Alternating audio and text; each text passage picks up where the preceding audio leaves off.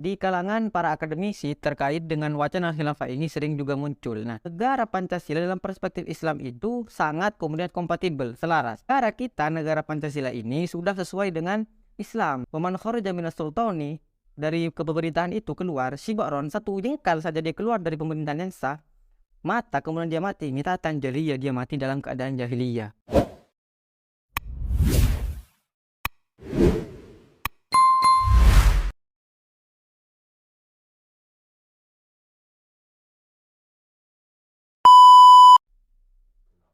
Assalamualaikum warahmatullahi wabarakatuh. Perkenalkan, saya Hatin. Kali ini di channel HMI STKIP. Nah, seperti yang pemirsa lihat, saat ini Hatin tidak sendiri ya, teman-teman. Sudah ada bintang tamu spesial di samping saya. Bisa dong teman-teman lihat. Cukup keren lah. Oke, biar saya tidak panjang lebar nih ya teman-teman, kita langsung perkenalan karena saya sendiri juga penasaran nih. Oke, bisa diperkenalkan Kak, namanya siapa? Baik, perkenalkan nama saya Muhammad Mukhlis. Muhammad Mukhlis, nama yang keren nih buat teman-teman yang oh ya nanti aja ya kita bicara terkait dengan status karena saya rasa teman-teman juga pada penasaran kan. Oke, Muhammad Mukhlis dari mana Nak? Asli dari Daso dan sekarang tinggal menetap di Kedungan. Di Kedungan. Mahasiswa atau bagaimana Kak? Masih mahasiswa. Masih mahasiswa. Kalau boleh tahu di mana? Mahasiswa STKIP PGRI Sumeneb dan alhamdulillah sekarang menjabat sebagai Ketua Umum HMI STKIP PGRI Sumeneb. Wih, keren banget nih teman-teman bintang tamu kali ini. Sudah mahasiswa semester berapa nih Kak? Alhamdulillah sudah mau lulus semester 8. Mau lulus dan menjabat sebagai ketum HMI ya. Siapa sih teman-teman yang gak kenal dengan organisasi satu ini? Keren banget loh. Oke, sejauh ini statusnya apa nih Kak? Kalau boleh tahu biar teman-teman gak penasaran. Ya, statusnya mahasiswa. Mahasiswa, setelah itu Tidak, beristri? belum Mas. Proses. Oh, proses. Jadi sudah ada calon ya? Nah, insya Allah ada. Oh ya sudah, teman-teman bisa sabar nih, bisa nanti tunggu duda atau apalah. Sebelum janur kuning melengkung ya Kak ya. Oke. Berbicara terkait dengan HMI yang biasa saya ketahui nih ya dari teman-teman karena saya nih not organ nih Kak. Saya lihat teman-teman HMI cukup berprestasi ya, terus juga secara wawasan juga keren banget. Nah, pemirsa pasti sudah penasaran kan apa yang akan kita bahas pada kesempatan kali ini.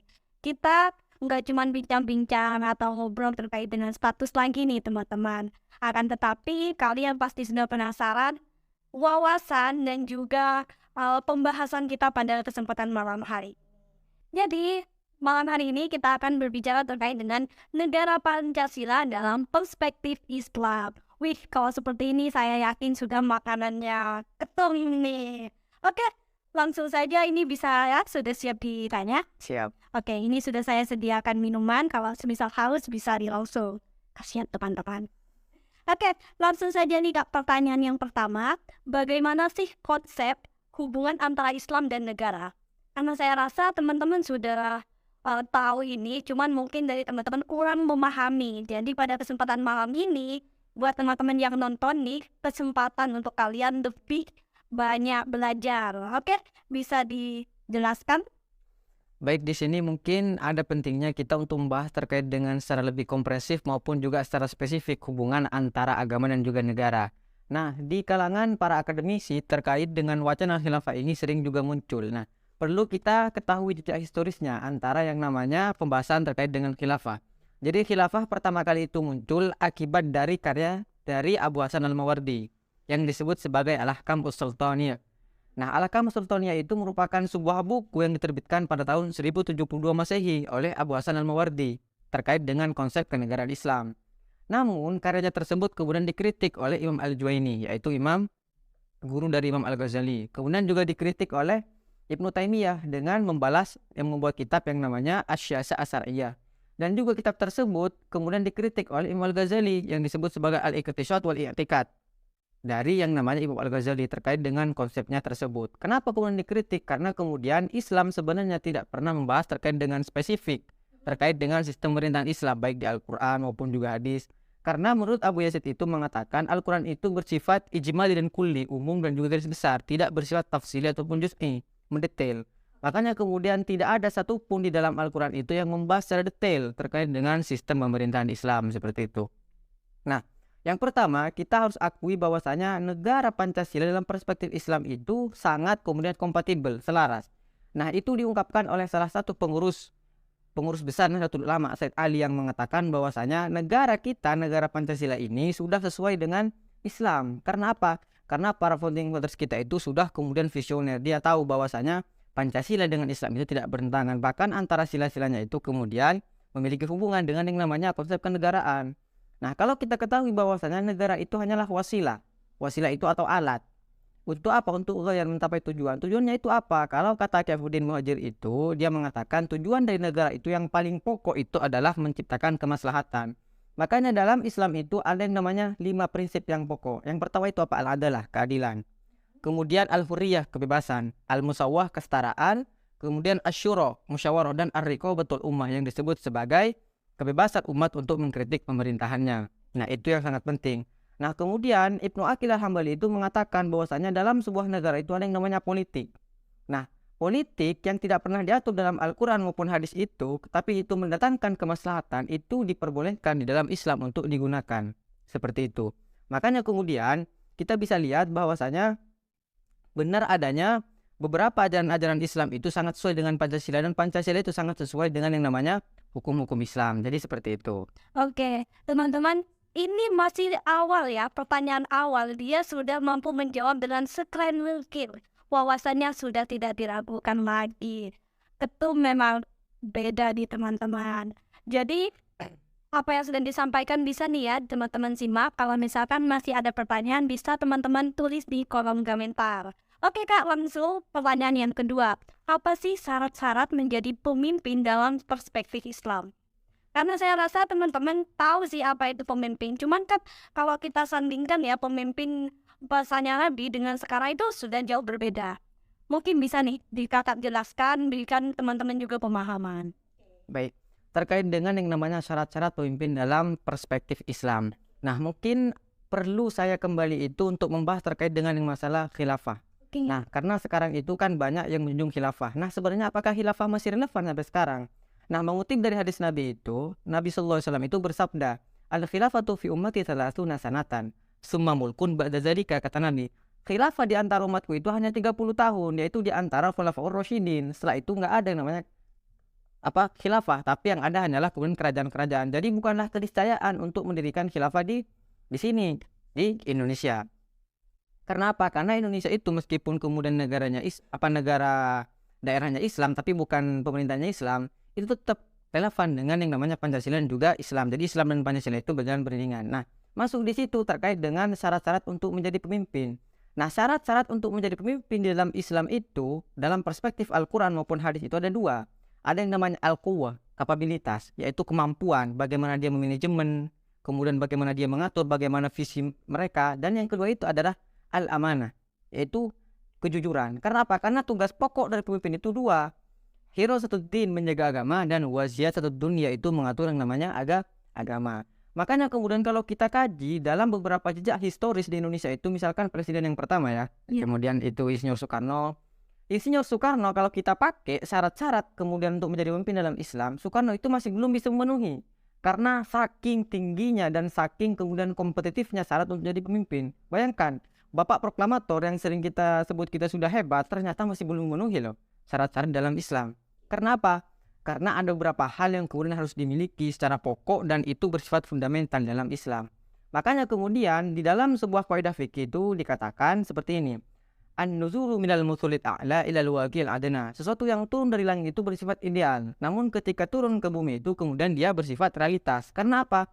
Karena Islam itu adalah wa ma arsalnaka illa rahmatan lil alamin. Islam itu adalah rahmat bagi alam semesta. Jadi kalau misalkan yang diturunkan oleh Allah itu A, kemudian itu setelah diturunkan ternyata di bumi itu B, maka A itu bisa menyesuaikan. Makanya seperti ini. Kalau misalkan tidak ada satupun pemimpin yang dapat memenuhi syarat-syarat untuk menjadi pemimpin dalam Islam, maka itu dipilih tetap meskipun dia punya kekurangan. Karena pertimbangannya 2. Yuftaru ahwanu syarroin, di antara 2 kemudaratan, kita harus memilih mudarat yang lebih kecil. Sekarang kita bandingkan, lebih mudarat mana kita punya pemimpin yang berkekurangan atau kita tidak punya pemimpin. Tentunya mudarat yang lebih besar itu adalah kita tidak punya pemimpin. Bahkan kalau kita lihat ke zaman Rasulullah ketika beliau meninggal, tidak kemudian dimakamkan karena saking pentingnya untuk menjadi yang namanya pemimpin. Makanya Imam Al-Ghazali mengatakan pemimpin itu adalah ujung tombak untuk menciptakan ketertiban dan juga kemaslahatan. Nah, kaidah fikih yang lain mengatakan seperti ini. Dzarul mafasidi muqaddamun al jalbil masolih. Bahwasanya mencegah dari kerusakan itu lebih utama dibandingkan namanya kemaslahatan, seperti itu. Nah, mungkin ada beberapa hal yang juga harus diperhatikan terkait dengan yang namanya kepatuhan kita kepada pemimpin ya. Karena apa? Karena kita kepada pemimpin itu tidak 100% harus kemudian mengikuti. Ada beberapa hal-hal yang kita harus ikuti dan juga ada beberapa bagian yang lain yang kemudian kita tidak harus mengikuti.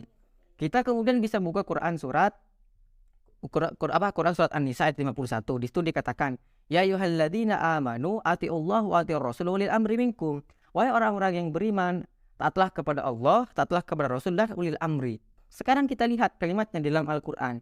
Kalau kita kaji secara linguistik, kalau dalam kebahasan itu, kalimat pertama itu dikatakan atiullah, taat kepada Allah. Yang kedua atiur rasul, ada kalimat wati'u. Dan wa ulil amri. Nah, pertanyaannya sekarang ini, Kak. Kenapa kalimat yang ketiga ulil amri itu tidak ada kalimat wati'u? Makanya disampaikan oleh Ibnu Katsir. Dalam tafsirnya dia mengatakan, kenapa di kalimat ulil amri itu tidak ada kalimat wati'u? Karena ketaatan kita kepada pemimpin itu mengikuti ketaatan kita kepada Allah dan Rasulnya. Karena apa? Karena kita tidak boleh 100% taat kepada pemimpin. Karena apa? Karena pemimpin kan manusiawi juga loh. Dan juga punya kekurangan. Makanya al-insan mal khata' wa nisyan. Kadang pemimpin itu juga lupa, kemudian juga salah. Makanya hadis riwayat Muslim itu mengatakan, alal mar'il muslimi sam'a wa ta'ata fi ma ahabba wa kariha illa bi ma'syatin. Fa in umiru ma'syatin wa la sam'a wa la ta'ata. Hendaknya setiap muslim itu harus mendengarkan dan patuh kepada pemimpinnya. Harus mengikuti kecuali dalam hal kemaksiatan. Apabila pemimpinnya itu menyuruh kepada kemaksiatan, maka jangan diikuti. Makanya ada hadis yang lain itu mengatakan dari Rasulullah bersabda, kemudian la ta'ata fi ma'syatin, nama ta'atu fil ma'ruf, tidak ada ketaatan dalam hal kemaksiatan. Ketaatan itu hanya satu kepada kema'rufan. Nah, dan juga ada beberapa hadis yang lain Rasulullah itu bersabda bilang kayak gini, man kariha min amili syai'an falyasbir fa innahu man kharaja minas sultani shib'ran mata mitatan jahiliyah.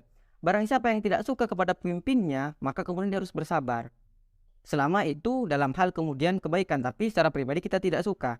Nah, ingat, ketika orang itu kemudian keluar, man kharaja minas sultani, dari kepemerintahan itu keluar, shib'ran, satu jengkal saja dia keluar dari pemerintahan yang sah, mata kemudian dia mati, mitatan jahiliyah, dia mati dalam keadaan jahiliyah. Begitulah dari saking pentingnya pemimpin di dalam Islam. Oke. Ada lagi? Gak ada. Monggo dulu diminum. Teman-teman, ini cukup luar biasa sekali ya. Saya sampai bingung, ini betul. Ini Ustadz atau siapa sih yang sebenarnya kayak gitu ya? Saya masih perlu mengenal lebih jauh kayaknya ini teman-teman. Oke. Saya rasa teman-teman sudah paham ya apa yang sudah disampaikan, dan kemudian saya juga bertanya-tanya. Sekarang saya punya penilaian juga nih Kak terkait dengan pemimpin dalam perspektif Islam ya. Ternyata sampai saat ini masih ada beberapa yang tidak sesuai nih Kak. Dan saya rasa dan saya juga harap teman-teman setelah adanya pembahasan ini teman-teman bisa tahu nih dan bisa memilih pemimpin yang sesuai dengan perspektif Islam. Dan teman-teman tidak perlu khawatir karena ini bukan akhir ya Kak, perjumpaan ini bukan akhir, nanti akan ada part-part selanjutnya. Tentunya nggak cuma sama Ketum Mukhlis saja, tapi kita akan menghadirkan orang-orang lain di channel kali ini. Cuma kalau misal teman-teman penasaran pengennya, wih Pak Mukhlis aja nih, nggak apa-apa, bisa teman-teman request di kolom komentar ini. Jangan kemana-mana ya teman-teman, karena pastinya Hatin akan kembali bersama kalian tentunya di channel HMI STKIP. Kak, bantu dong kalau saya bilang channel Ya, langsung HMI STKIP. Setuju ya? setuju. Oke.